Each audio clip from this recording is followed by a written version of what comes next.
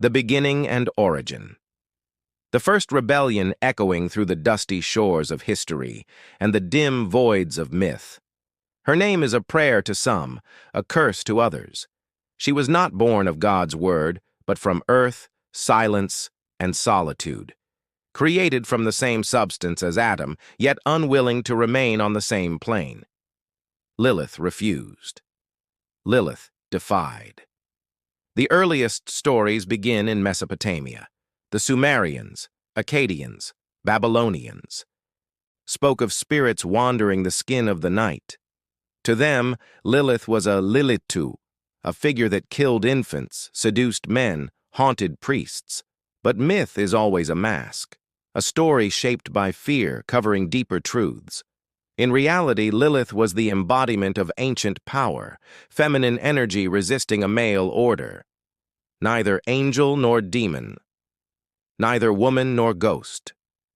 She existed beyond all definitions, and that is why she was feared. Conflict and the fall in Eden. In Jewish mysticism, especially the alphabet of Ben Sira, Lilith appears as Adam's first wife. If Adam was created from earth, so was Lilith. Not from a rib, not from a deficiency, but directly from equality. That is where the conflict begins. In Eden, two beings created as equals clash over dominance. Adam demands obedience. Lilith says no.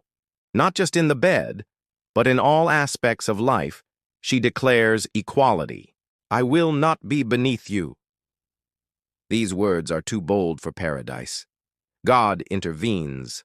Lilith is asked to yield, but she refuses to return.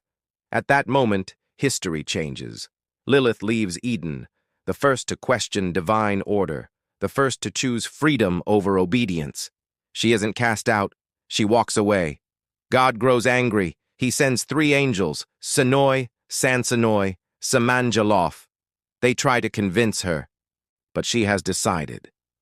I will not return, she says, because I will not submit. Curse, darkness, and transformation. God's response is harsh. Every day, 100 of your children will die. Lilith remains silent, then responds, Then I shall take the children of man. Thus begins the curse. From that moment, Lilith becomes the embodiment of fear. Amulets are tied to newborns. Spells are written on doorways. Her name must not be spoken, but this is not a transformation into a demon. This is the demonization of freedom. Lilith no longer walks the earth. She descends into the underworld. There she meets Samael, a fallen angel, lord of darkness.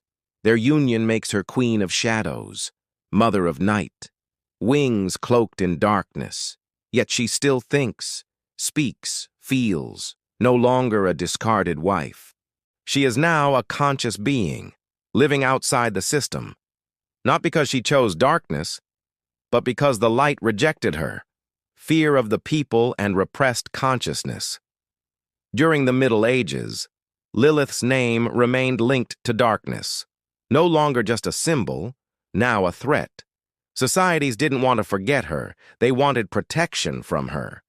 Talismans were placed on babies with the words, May Lilith stay away. But this was more than fear.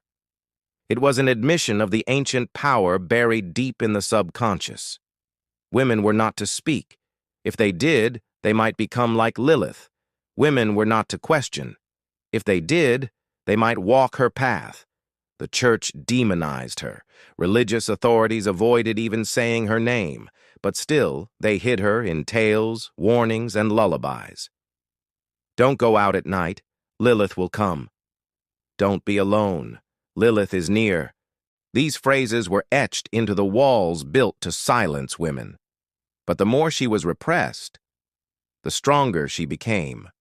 Because an idea cannot be destroyed by cursing it, only by understanding it. And no one dared understand her. For understanding meant facing a mirror. And in that mirror, Lilith reflected all that society suppressed. Rebirth in the modern age. Time passed, societies changed, Kings, priests, and empires fell, but Lilith remained, quietly. By the 20th century, her name returned, not as a demon, but as a symbol, as an awakening. With the rise of feminism, Lilith was reborn, no longer a sign of disobedience, but of the pursuit of justice. Her story became the voice of silenced women. To be like Lilith was no longer a crime. It became an honor. Artists painted her. Writers wrote her into books, poems, and songs, not as the devil's wife, but as a daughter of resistance. She appeared as a businesswoman, a witch, a poet, a leader, always walking her own path. Lilith was no longer a shadow of the past. She was the mirror of the present. Psychological and symbolic depth. Lilith is not just a myth. She is an archetype, a code in the subconscious. In psychoanalysis, she represents repressed feminine power. Freud's ID, the primal drive, Jung's shadow, the unseen self, all manifest in her. She is the voice of every silenced desire, every denied identity, not just for women, for all who resist submission. Lilith is the scream within the subconscious, sometimes the name of desire, sometimes anger, sometimes freedom.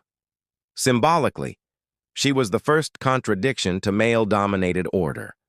The fragility of imposed structure, the power of questioning. To demonize her was to avoid confronting her.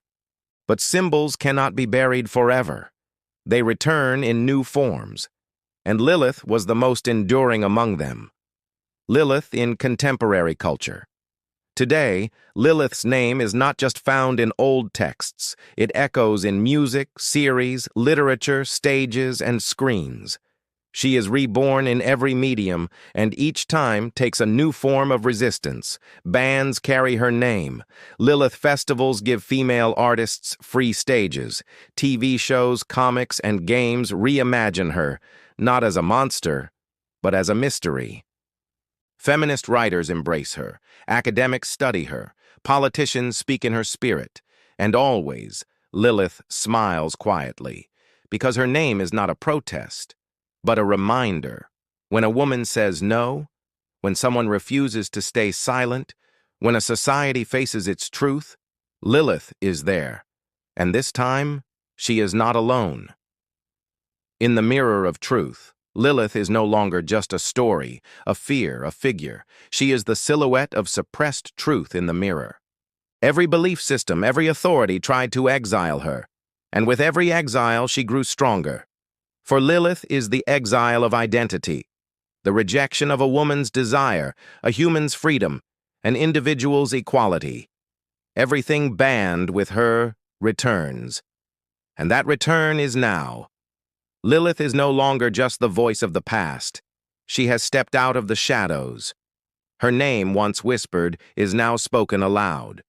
She is the symbol of all denied equality, the first refusal, the first rebellion, the first free choice, not demon, not angel, not holy, not cursed. She is the face of all that was left in darkness, endless rebellion, and Lilith's legacy. Lilith never went silent. Every time they tried to erase her, she returned in another tongue. Every time she was called a threat, truth spoke from beneath that fear. Every time a woman said no, Lilith echoed. She is not just a figure from the past. She is the rebellion within all of us. Lilith is a voice, a breath rising against oppression, a step taken against the system. The first word of the silenced.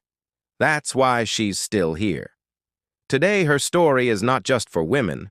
It belongs to everyone who was silenced, those who demand equality, those who refuse to deny their identity, those who walk into darkness without fear. Their name is Lilith. She still speaks with the night, walks through starless skies, and swears oaths in silence. But now, she is not alone. Behind every rebellion is her voice, in every scream, her echo, in every awakening, her shadow, and you, reading this now, you may already be walking her path.